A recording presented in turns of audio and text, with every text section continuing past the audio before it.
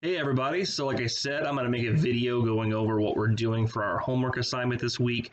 And as you can see from the video, I'm already here where it says develop semester goals and procedures. And you also have me up here on the right hand corner.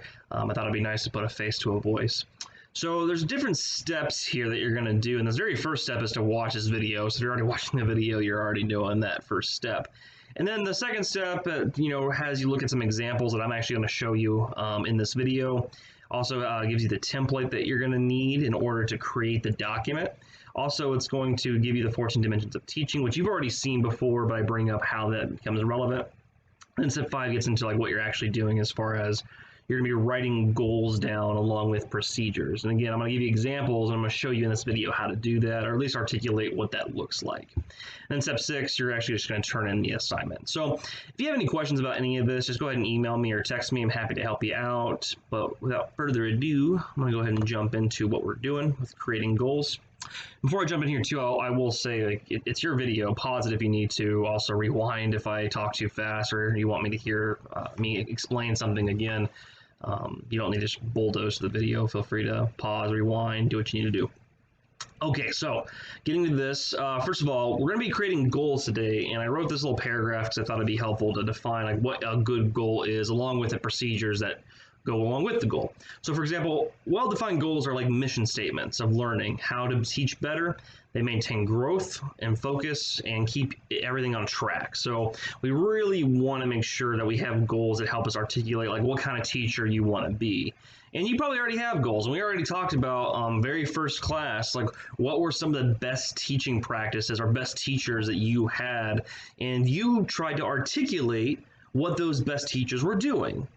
Remember, you talked with other people about it too, and you listened to what other good teachers are doing. So as people who've gone through the school system, we know what good teaching and bad teaching looks like. It's our job to try to do our best to emulate the good practices and try to figure out like how they did those good things, and then not fall into the pits of doing the bad teaching practices. So I think one of the best ways to do that is to find really good goals and procedures. And there are 5 criteria for making a really solid goal, and I list them right here. Goals must be specific. They have to be measurable. And think about measurable as in the same sense of what I talk about in class with measuring our students' learning when it comes to like historical thinking or critical thinking or anything that goes along with social studies.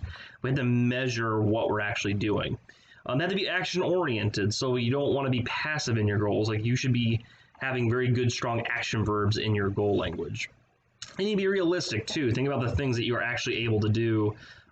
You have 10 weeks basically until December 3rd, and that's the time frame you have. So really be thinking about what you could actually feasibly do in these next 10 weeks. You also need to make them timely, which just talks about making them relevant basically. So once you have goals and procedures are established in your writing, you're going to really be able to keep yourself accountable, but it also helps the supervisors ask you like, hey, you wrote this as a goal and these are your procedures. How are those things going? And there's either, there's only one or two answers. Either you're doing the goal, you're accomplishing it, or you're not. And both answers are fine. It just tells the supervisors information like, okay, how can we help you? Then more so either reach a higher goal or, if you're not making it to your goal, how can we help you make it to it? So establishing things will be very important. We're only going to focus on creating 2 or 3 goals at a time. You can increase the amount of goals you have. It's kind of up to you and your supervisor as well. So let's say in November, you might have a 4th or 5th goal you want to add because you feel like your other 3 are being pretty well handled. That's fine. But I feel like going beyond that is difficult to handle. Now, that's not to say, and I write it here, that doesn't mean you're not going to be able to obtain other goals. Like a lot of times things happen spontaneously, so other goals will naturally arise. But it's good to have a few goals established, especially over things that you're concerned about or things that you really value in teaching. That way we can really keep an eye on those things and help you become the teacher you want to be. So that is my definition and description of goals. I also have examples. And remember, if we go back to Canvas, this step 2 right here, these are the same 2 examples I'm going to give you. And these are from 2 students from last year. I thought they did a pretty good job writing goals. And this is what a completed document looks like. And I can zoom in a little bit to make it easier to see. So we have a goal right here, and then we have teaching dimension connections. and we have our procedures. Eventually, yours will also look similar to this. You're going to have a goal, you're going to connect it to dimensions of teaching, and then you're going to write specific procedures. So the goal on the left, what I advise you to do is write down, as specific as possible goals that you have for your teaching. But understand too, a lot of times goals are pretty abstract. Like I tell you to make them specific, but a lot of times goals are just hard to make specific. Like this one, for example, building learning culture that motivates students to accomplish social studies goals. That's a really good goal. It tells me that the student really believes in establishing a solid learning environment, or a good culture, as they call it. They want to motivate students, and they want students to accomplish their goals. So I think that all that makes sense. However, what I would push back and say is, okay, well, how are you actually going to do that? Well, these dimension connections, so these are the 14 dimensions of teaching, that can help do that. It gives you language that really helps you understand like what we're looking for in good teaching practices. And so we have our goal, we have our dimensions, and then finally we start really thinking of what are the procedures that are going to help me reach that goal. And procedures are hyper specific, and it goes back to our definitions up here. So again, we have these 5 characteristics that we want to look for. So goals must be specific. When I say goals, we're really looking for procedures. So the goal can be abstract and the procedure can be specific.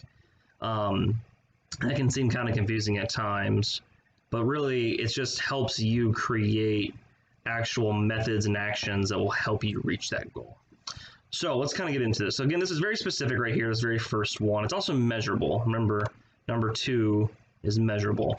We can see that because it gives us some language to look for. Like it says here, like once a week. That makes sense. Like I know then to ask this student, oh, have you done this once a week? It's also very obvious what students will be doing. Students will use a new technology to assist in their answering of questions or pursuit of objectives. So I know that this student teacher is going to ask their students to use some kind of technology, like maybe like a Google form or something, some kind of app, in order to answer some kind of question in order to pursue objectives. I could even argue that this could be even more specific, like this right here, pursuit of objectives. What kind of objectives? Like are these objectives coming from the standards? Are the objectives coming from the lesson plans you're coming up with? Like be more clear about that. So again, like even though this one was already a really good specific one, we can even make it more specific. And that's a good thing to do because it just sets you up for success when you actually know what you're looking to do in your classroom. It's also a really good idea because it helps you articulate why you're a good teacher. You cannot just go into a principal's office or during interviews and say like, well, I build good learning and good learning cultures. I motivate students. They're going to want to know what you mean by that. And so saying like, well, once a week I had students answer their objectives that came from the standards, this specific one, for example, and I had them answer it using Google Forms, which was nice because they collected all the information for me, and I was able to collect all of it, analyze it, and give feedback to the students based off common themes I saw. That's a much better explanation of how you're actually using students' information, respecting the learning environment, or creating a good one, and constantly using student information. So that's what we're looking to do. And I'm not going to go through every single one of these because you have this access yourself. I'll go through here. I'll go on Zaya's and we'll do one more. So Zaya has a goal right here: have a real-world connection to the lessons that are being taught. Students know why it's important. So here we have something that's more focused on relevance, right? Like Zaya wants to make those real world connections. And again, that's a great goal. It's a great goal to go in and say, I want to do this, but I'm going to push you and say, okay, what are the actual procedures here?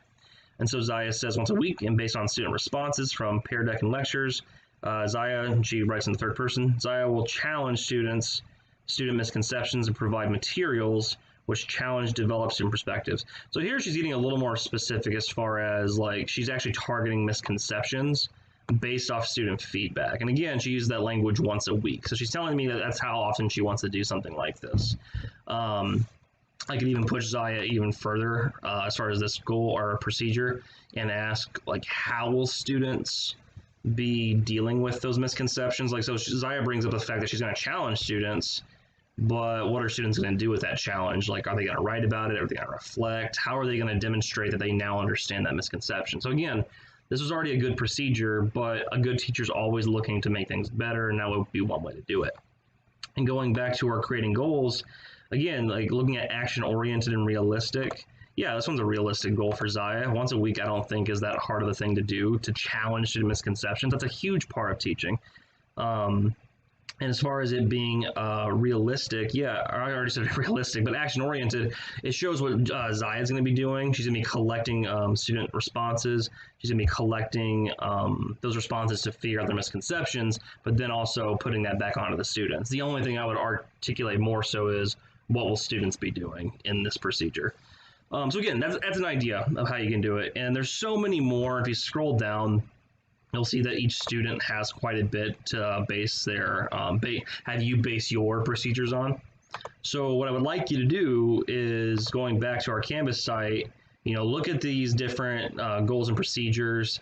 As you saw me watch the video, you can use this creating goal definition too if you need to, and then start actually looking through and create your own template and start making your own goals. I'll give you different steps here to do that, to reach that.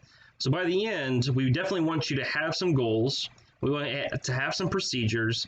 But I say this too in the Canvas, don't feel like you have to write as many procedures as this. This is a final document from a semester of being an intern in a building. If you have 3 goals and a couple procedures, I would count that as a success. If you really struggle with only writing 1 procedure, then 1 is fine. But try to go for 2. Also, really, I really encourage you to work with your cooperating teacher on this. You have until basically Tuesday next class, and so you have plenty of work days where you could bring this to your CT and be like, hey, here's some of my goals. What do you think some cool procedures would be? That'd be a really good use of your time, because your CT might just help you do the homework assignment and have it done. You can even do this during your internship. But again, that is the expectation, getting a few goals down with a couple procedures each. I have a template here for you guys. It's linked in Canvas, and I've also linked a few other things to help you out. Oh, timer's going off. So that is it for this. Let me know if you have any questions, again, through email or text. I'll be happy to help you out. But otherwise, that is it. I'll see you guys next time. We'll see ya.